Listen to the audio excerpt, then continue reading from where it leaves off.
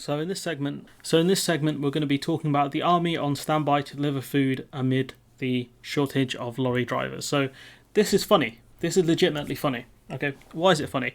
Because the army is only deployed typically in the domestic, in domestic countries because of an emergency. When there's flooding, sometimes you'll see the army sent in to help out. I think the army were deployed during the Olympics for security reasons, and now they're being deployed to deliver food to supermarkets because there's a shortage of lorry drivers because this damn government. So this is funny. I don't care what anyone says. This is amazing news. So the army has been put on standby to deliver supplies to supermarkets as Britain faces shortage of 100,000 truck drivers. Around 2,000 personnel who are qualified HGV drivers are believed to be on 5-day notice to help distribute food and essential medicines. That's how bad the country's fallen. We already had a huge shortage of lorry drivers. That EU drivers leaving, which there's no shame in that. If you don't stay where you're not welcome, and they didn't feel welcome, so they went. There were other issues with like needing visas, having to pay for those, an NHS surcharge, and the IR35 tax thing. So yeah, do I blame them for leaving? No, you do what's best for you. So the government is set to make a formal plea to the military for help imminently, with members of the Royal Logistics Corps and other regiments expected to be called by the end of September. So we're having a shortage now, right? Right now we're seeing shortages on shelves.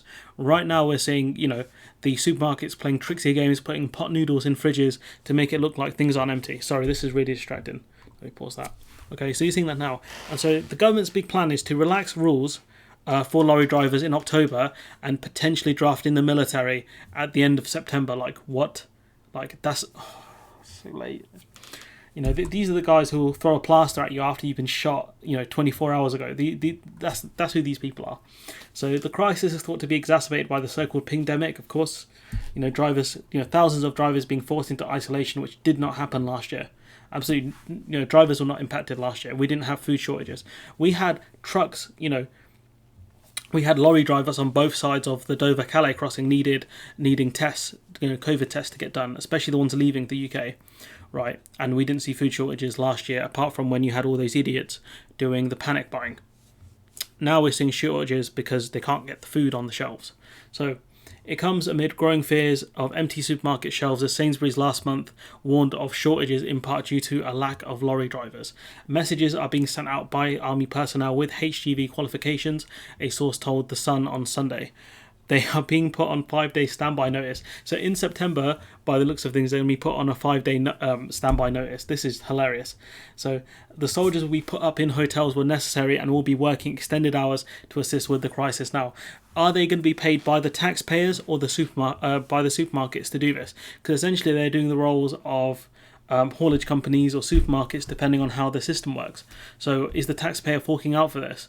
Essentially subsidising companies because they can't get access to lorry drivers because the government is so incompetent, they have no idea what they're doing, and they could easily alleviate this if they put the HGV drivers on the special visas list, so they don't need a visa to come here.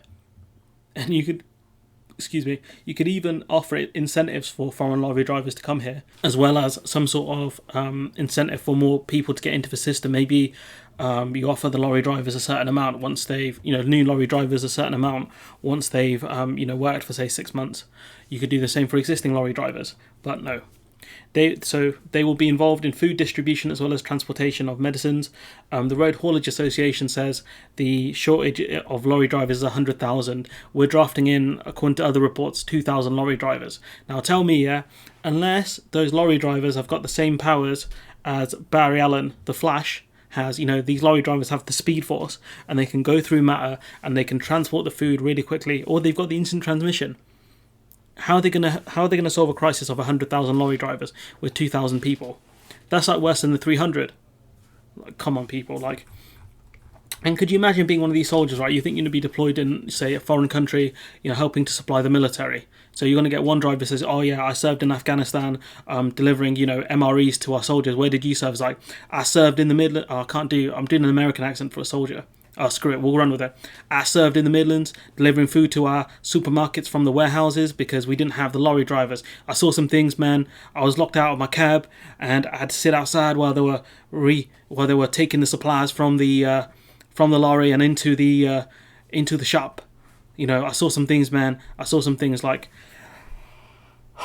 this is just ridiculous. When the army's being drafted in, I wonder if these Brexiteers, when they see the military, right, driving these lorries, at that point do they think, oh yeah, that's great patriotism, even the military are pitching in? Or do they realise at that point, wait, hang on now, the military only get involved in crisis? Are we in a crisis? Are we the bad guys? This is so stupid. Anyways, look, I'm going to leave it there. Let me know what you think in the comments below.